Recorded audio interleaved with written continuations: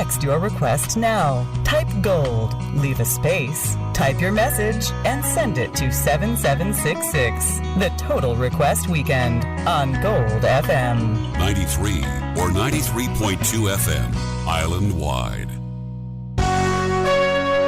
The news headlines on Gold FM.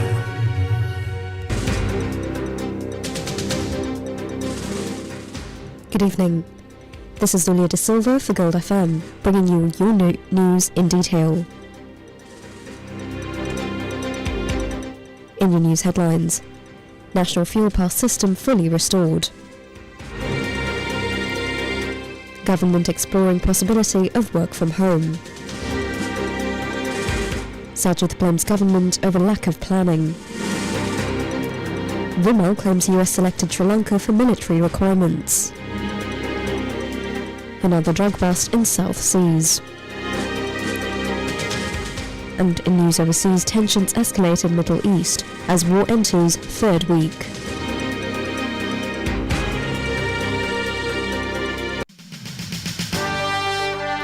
The top story on Gold FM.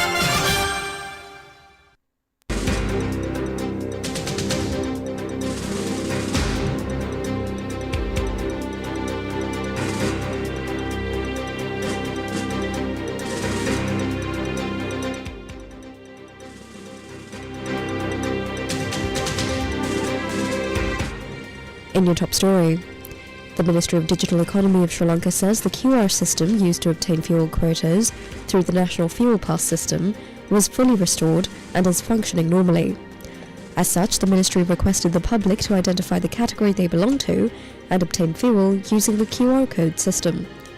Vehicle owners who already possess a QR code and those vehicle ownership details and registered phone number remain unchanged can continue to use their previous QR code to obtain fuel without any disruption. Authorities also clarified that individuals who previously registered but lost their QR code or had it removed from their phone do not need to re-register, provided their vehicle information and phone number remain unchanged. They can simply log into the system and retrieve the QR code using the OTP verification code sent to their mobile phone. Under the QR code system, fuel is issued once per week to each registered vehicle, according to the assigned data. Under the weekly quota, 60 litres will be issued for buses, whereas 5 litres and 40 litres will be issued for motorcycles and vans respectively. Cars will get 15 litres per week. Heavy lorries receive a maximum allocation of 200 litres, while special utility land vehicles face a 25-litre cap. Special transport options see tighter restrictions, with three-wheelers limited to 15 litres and quadricycles restricted to just 5 litres. Those operating special service vehicles qualify for a 40-litre weekly allowance under the revised guidelines. Fuel for private passenger transport buses will be issued separately through the Sri Lanka Transport Board. Meanwhile, individuals who have not previously registered in the system, those who have recently purchased vehicles, or those who no longer use the phone number initially registered will be required to register again in the system in order to obtain a QR code. In the meantime, police have taken steps to deploy security personnel near fuel stations following the reintroduction of the QR code system. The move aims to control traffic congestion developing around fuel stations as motorists arrive to obtain fuel under the quota system. Commenting on the situation, DIG in charge of traffic control and road safety, WPJ Senadira, said the deployment was implemented to ensure a smooth traffic flow and maintain order around filling stations.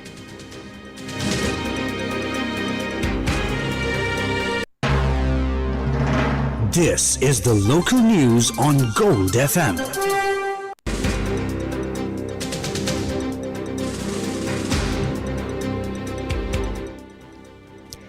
The Government Medical Officers Association of Sri Lanka states that the fuel quota proposed under the QR code system is not sufficient. Commenting on the matter, the media spokesperson of the GMOA, Dr. Chamil Vijayasinghe, said the current fuel allocation would not adequately meet the requirements of professionals and essential service providers. He made these remarks while explaining the association's position regarding the fuel quota introduced under the QR code-based distribution system. and in the interest of clarity, we refrained from dubbing his remarks. සතියට යම් ඉන්ධන litre ප්‍රමාණයක් නියම කරලා තියෙනවා මේක තමයි උපරිම ලීටර් ප්‍රමාණය මේ අදාළ වාහන කාණ්ඩයට ලබා දෙන්න කියලා. මේ ඉන්ධන ලීටර් ප්‍රමාණය අපි දකින විදිහට සහ අපේ සමාජිකත්වයේ දිගින් දිගටම කරුණු වාර්තා කරන විදිහට කිසිසේත්ම ප්‍රමාණවත් වෙන්නේ නැහැ. ඒකට මේ හරහා දැන් මේ වෛද්‍යවරුන්ට අඩුම ගානේ මේ සතියන්තේ නිවසට ආපු වෛද්‍යවරයාට හෙට උදේ රෝහලටවත් යන්න බැරි තත්ත්වයක් දැන් මේ මතුවලා තියෙනවා. Meanwhile, multiple sectors across Sri Lanka expressed dissatisfaction over the weekly fuel allowances for vehicle categories. Representatives from the passenger transport, agriculture, fisheries and tourism industries claim the current limits fail to meet operational demands. A special discussion was held today at the Presidential Secretariat between President Anura Kumara Dissanayake and ministry secretaries, along with heads of several government institutions, regarding challenges in maintaining essential services amid the ongoing conflict in the Middle East. According to the Presidential Media Division, the meeting focused on several key sectors, including health, education, industry, agriculture, and fisheries. During the discussion, ministry secretaries briefed the President on the updated fuel requirements of their respective sectors. After reviewing the matters presented, President Dissanayake instructed officials to explore the possibility of maintaining regional fuel reserves for essential sectors, including healthcare. He also directed ministry secretaries to examine the feasibility of implementing work-from-home arrangements where possible and report their findings. Opposition leader Sajith Premadasa says the public is currently facing numerous hardships and the reintroduction of the QR code system for fuel distribution creates additional economic challenges. He stated that the move has resulted in various economic difficulties for the public.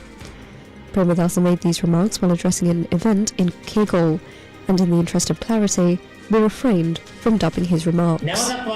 QR කේද භාවිතයට ඇවිත් එල්ලිකුත් කිරීමේ ක්‍රමවේදයක් හැටියට අනිවාර්යෙන්ම පාරිභෝජනයේ සීමාව ජනතාවගේ කලකිරීම වැඩි වෙන ආර්ථික ප්‍රශ්න ගැටලු රාශියක් නිර්මාණය වෙනවා මේ අර්බුදයේදී පටු වාසි ගන්නට අපි උත්සාහ කරන්නේ නැහැ හැබැයි අපි පෙන්නලා දෙන්න කැමති මේ තත්ත්වය නිර්මාණය වෙනවා කියන කාරණාව අපි දිගින් දිගටම කිව්වා විදේශ ඇමතිවරයාම කියනවා හොර්මුස් සමුද්‍ර සංධිය ඒ ප්‍රශ්න උද්ගත වීම තුල ඒ වසා දැමීම තුල අපේ රටට කිසිම ගැටලුවක් නැහැ අද මොකද වෙලා තියෙන්නේ ගැටලුවක් නැත්තම් ඉන්ධන වලට QR කේත නිකුත් කරනවා හැමදේම කරන්නේ ප්‍රමාද වෙලා. හොඳ උපදේශක් ලබා ගන්නට කිසිම කැමැත්තක් නැහැ. මේ රජයේ ලොකු හීනමානයක් තියෙනවා. සත්‍යය ප්‍රතික්ෂේප කරනවා. ඒ අය හිතනවා ඒ අය විතරයි රාජ්‍ය පාලනය දන්නේ කියලා. මේ රජයට රාජ්‍ය පාලනය තේරෙන්නේ නැහැ.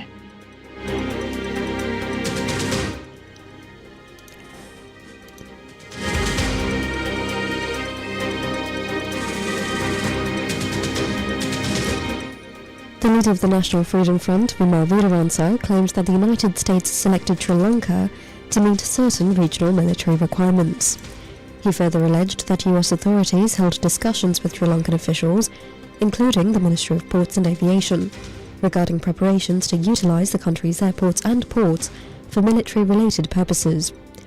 Veeravansa made these remarks while addressing a public gathering in Gampaha yesterday, organised under the theme Gamath Ekka Vimal.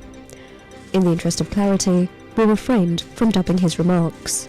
පටන් ගත්තෙම පාර්ලිමේන්තුවේ ජයමංගල ගීත අහලානේ. දේව් ප්‍රස්තුත කාලේන ඒකවත් කියන්නේ නැතුනේ පටන් ගත්තේ. අලුත් අවුරුද්ද සතුන් අවුරුද්ද වෙනවා පිරිමහන්න. ලක්ෂ 110ක් ශ්‍රී ලංකල්ල පොංගල් සමරනවා යාපට. අන්න ඊළඟට ආවා රණ විරෝධිනේ. යන්න නෙවෙයි හිටියේ. රටෙන් ආව විශාල විරෝධයක්. අන්න එතකොට බල්ලනාවන්න යනක් ගෙනියනවා වගේ ජනාධිපති ආව අකමැත්තෙන් උස්සුවේ. ඊට පස්සේ රණවිරුවා කියන වචනේ හැදුවා. ඒ ජයග්‍රහණයට වෛර කරන. ඒක බව හොඳටම දන්නවා. ජනතා විමුක්ති පෙරමුණේ දේශපාලන මණ්ඩලයේ රැස් වෙලා ඉන්න වෙලාවක තමයි කමිල් සෙල්වම්ගේ ඊටු තරට ගුවන් හමුදාවෙන් බෝම්බ ගෙවුවේ. ඒ වෙලෙම මට පණිවිඩය හම්බුණා මම බොහොම සතුටින් කිව්වා දැන් මේ කරකට දෙනවා නෙවෙයි මම කරදරයක් මම එක සතුටින් කිව්වා දේශපාලන මණ්ඩලයේ හැට මේ හවලාට වැඩි දීලා කියලා මෙන්න මේ විදිහට. ඔය දැන් ඉන්න විමල් රත්නායකගේ කාලේ දේශපාලන මණ්ඩලේ නෑ අනුර හිටියා විජිත හිටියා ටිල්වින් හිටියා ලාල් හිටියා සෝමන් සමරසිංහ හිටියා ප්‍රේමකුමාර ගුණරත්නම් හිටියා ඕපාත කියලා කෙනෙක් හිටියා සේනාධිපති ගුණතිලක නන්දන ගුණතිලක හිටියා ඔය ගෑයි. ඔය අනුර කුමාරගේ ටිල්වින්ගේ ඊළඟට විජිත හේරත්ලාගේ ප්‍රේමකුමාරලාගේ ඔක්කොම මූණ කුණ්ඩ හට්ටිය වගේ. ඒ කියන්නේ තමන්ගේ ළඟම ජාතියෙන් මලා කියලා ආරංචියාව ඇති වෙන ශෝකයක් තියන්නේ වගේ. මමයි සෝමන් සමරසිංහ සහෝදරයයි ලාකාන්තයි විතරක් මේක පොඩ්ඩක් සතුටින් කතා කරලා අපි ඒක ප්‍රවෘත්ති රස විඳා. හරියට නිකන් මනගයක් වුණා වගේ. අන්න රණවිරුවා කියන්නේ බැරි ඒකයි. දකුණු ආසියාවේ ඇමරිකානු බලධාරීන් වලින් ඇවිල්ලා මේ බරාය හා ගුවන් සේවා ඇමතිත් ඇතුළු නිලධාරීන් එක්ක සාකච්ඡා කරනවා. ශ්‍රී ලංකාවේ බරායවල් සහ ගුවන් තොටුපළවල් වල පහසුකම් වැඩි දියුණුව. දැන් බැඳ පෙරදිග ඔක්කොම කඳුරු ටික නෑ. දැන් දියාගෝ ගාසිය විතරයි මේ පැත්ත පළාතකට ඒගොල්ලෝගේ බේස් එකකට තියෙන්නේ. අන්න දැන් මෙතන ඕන වෙනවා හදිසි වැඩවලට මෙතන ඕන. ඒ මිලිටරි මේ උවමනාවන්ට හරියන ආකාරයට ගුවන් තොටුපළවල් හා බරායවල් සකස් කරන්න. ආරක්ෂක අතින් අද අපි අවධානයකට දාලා ඉවරයි. The Sri Lankan Navy arrested 5 suspects along with a local multi-day fishing vessel suspected of transporting a large consignment of narcotics in the deep seas south of Dandra. The Navy stated that the vessel is currently being escorted to shore for further inspection and investigations. Authorities said that details regarding the type and quantity of drugs believed to be hidden within the cargo were not confirmed. Meanwhile, the Navy revealed that drug consignments worth more than 80 billion rupees were seized in operations carried out so far this year. Investigations into the latest interception are ongoing.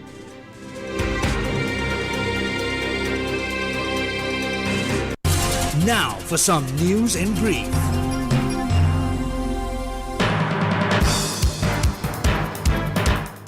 The Mahara Magistrates Court issued a warrant for the arrest of former Speaker of Parliament Ashoka Rambala after he failed to appear for a scheduled court hearing over a case involving a vehicular collision that occurred on the 11th of December in Heyatundur area.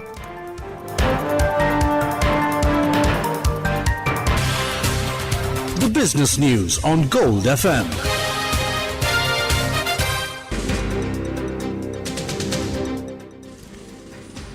Oil prices could extend gains at tomorrow's open as the US-Israeli war against Iran enters its third week, putting oil infrastructure at risk and keeping the Strait of Hormuz shut in the world's largest supply disruption. Brent and US West Texas Intermediate crude futures have already spiked sharply and rattled global financial markets. Both contracts surged more than 40% so far this month to their highest levels since 2022, after the US-Israeli attacks on Iran prompted Tehran to halt shipping through the Strait of Hormuz, a key choke point for the fifth of global oil supply. Tesla CEO Elon Musk confirmed the company will launch its ambitious Terafab project next week, marking a major step towards in-house semiconductor manufacturing. The initiative aims to produce Tesla's fifth-generation AI-5 chips, which are essential for the firm's autonomous driving and robotics programs. Musk previously stated that existing suppliers like TSMC and Samsung cannot meet the company's future demand, necessitating a domestic facility capable of producing hundreds of billions of units annually. While no formal agreements exist, the billionaire remains open to a potential partnership with Intel to utilize its foundry services. The proposed factory, described as significantly larger than existing gigafabs, intends to secure Tesla's supply line against geopolitical risks, while drastically reducing production costs compared to current industry leaders. International news on Gold FM. The Islamic Revolutionary Guard Corps issued a vow today to pursue and kill Israeli Prime Minister Benjamin Netanyahu as military exchanges continue. Overnight, the Israel Defense Forces struck the Iranian Space Agency's primary research center and an aerial defense production facility. Iranian authorities reported dozens of arrests across the country, accusing individuals of sharing sensitive military locations with Israeli and American intelligence. Meanwhile, Israeli Foreign Minister Gideon Saar dismissed claims of interceptor shortages and denied reports of imminent peace talks with Lebanon. A missile barrage recently targeted central Israel, causing property damage in Holon. However, this resulted in no major injuries. Regional escalations persisted as Saudi Arabia and Kuwait reportedly intercepted dozens of Iranian drones over their respective territories. US President Donald Trump stated he remains unready for a deal with Tehran, citing insufficient terms despite the destruction of Karg Island. Entertainment news on Gold FM.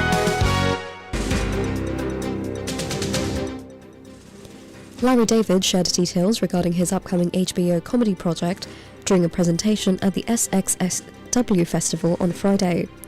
The sketch series, titled Life, Larry and the Pursuit of Unhappiness, An Almost History of America, debuts on the 26th of June. It is an observance of the nation's 250th anniversary.